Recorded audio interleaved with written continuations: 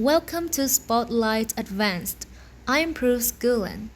And I'm Liz Wade.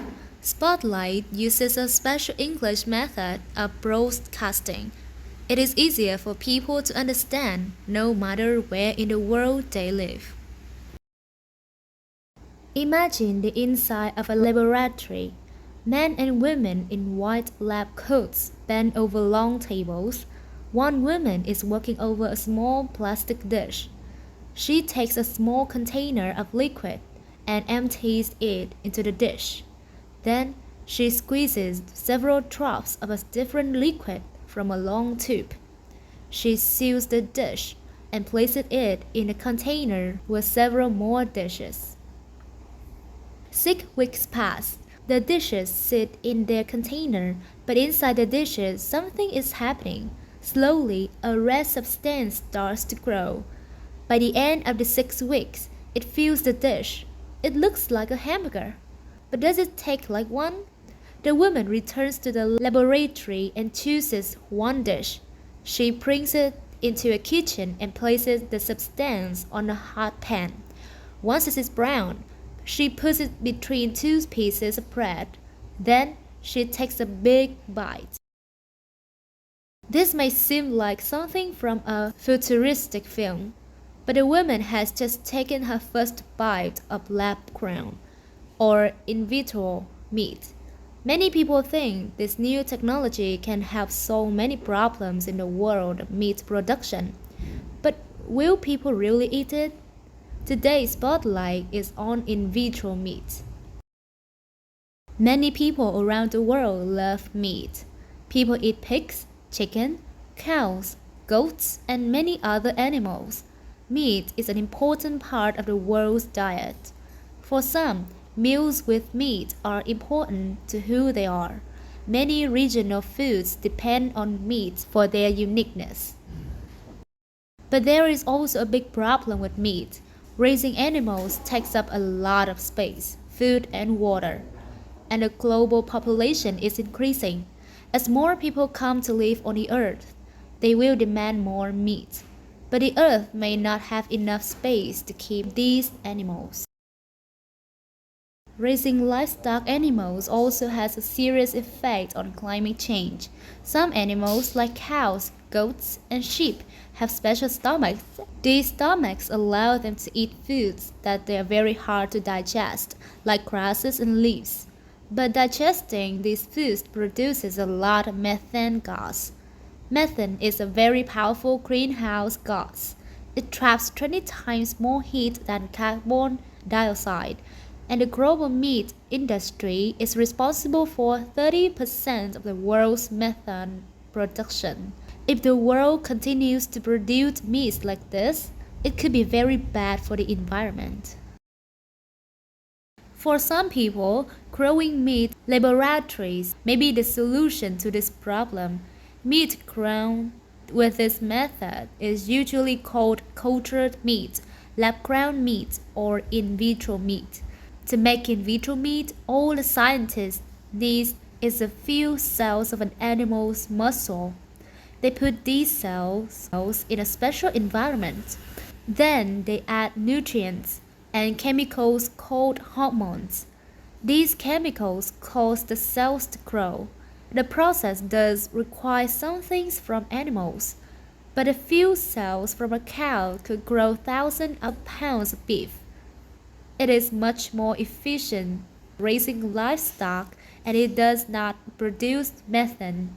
Liz Wade is the Director of Science and Technology at the Good Food Institute. She spoke to the website Gen. Cultured meat could address all the problems related to industrial meat production. It addresses environmental impacts and concerns about treating animals well. It stops the risk of getting diseases from animals. It can do all this while making sure there is a production system to meet the growth in demand for animals' protein. For people like Specht, in vitro meat could solve many of our problems. But the technology for in vitro meat is still very new, and it is still very expensive. Mark Post is a scientist. He was the first person to make a lab-grown hamburger in 2013. It was made from cow cells. The hamburger was very expensive to make. It cost $325,000, and it took 3 months to grow. Today, the process is much faster. Good Meats is a company that has started growing in vitro chicken. Their chicken only takes 2 weeks to produce, but a meal of the chicken will cost about $17. The process also may not be as environmentally friendly as people thought. Growing in vitro meat uses a lot of energy. Some of this energy will come from burning fossil fuels. This releases carbon dioxide into the atmosphere.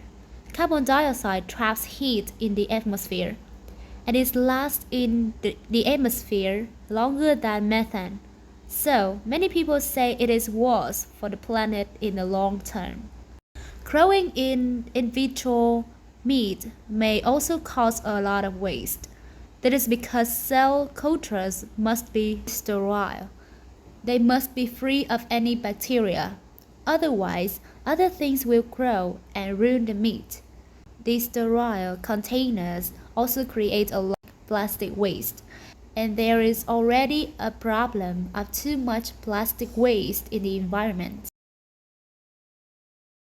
But the biggest question about in vitro meat might be, will people eat it? Many people do not trust food grown in a lab.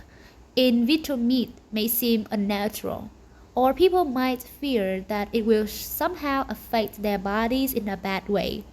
And in vitro meat also does not taste like meat from animals. It does not have fat, only muscle. Fat must be added later, and the taste is still not quite the same. Still, in vitro meat is coming. Today it is available in very few places, but dozens of companies are working on their meat growing methods. Companies have invested billions of dollars in this research, and many people believe that it is the protein of the future. Josh Tedrick is the CEO of eatjust, which grows in vitro chicken. He told the website CNET, "I want tens of thousands of restaurants to have cultured meats on their menu. Then, at some point, I want them to ask their chefs, why do we have conventional chicken on the menu too?" Would you eat in vitro meat? Why or why not? You can leave a comment on our website at www.spotlightenglish.com. You can also find us on YouTube, Facebook, Instagram, and Twitter. The writer of this program was Dan Chrisman. The producer was Michio Ozaki. The voices you heard were from United Kingdom and the United States. All quotes are adapted for this program and voiced by Spotlight. This program is called The Future of Meat. Visit our website to download our free official app for Android and Apple devices. We hope you can join us again for the next Spotlight program. Goodbye.